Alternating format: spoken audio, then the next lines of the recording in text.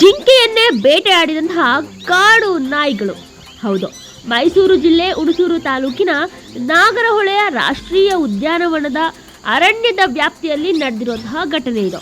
ಕೆರೆಯ ಬಳಿ ಜಿಂಕೆ ಮೇಲೆ ಕಾಡು ನಾಯಿಗಳ ಗುಂಪು ಅಟ್ಯಾಕ್ ಮಾಡಿದ್ದು, ಜಿಂಕೆಯನ್ನ ಬೇಟೆಯಾಡಿ ತಿಂತಿರುವಂತಹ ದೃಶ್ಯವನ್ನ ಪ್ರವಾಸಿಗ ಕುಮಾರಸ್ವಾಮಿ ಎಂಬುವವರು ತಮ್ಮ ಕ್ಯಾಮೆರಾದಲ್ಲಿ ಸೆರೆ ಹಿಡಿದಿದ್ದಾರೆ.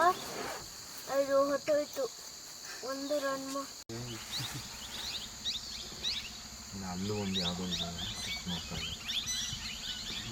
ಇದು ಕೂಗ್ತಿರ್ತಾರೆ, ಇನ್ನೂ ಜೀವ ಐತೆ ಸರ್ ಅದು.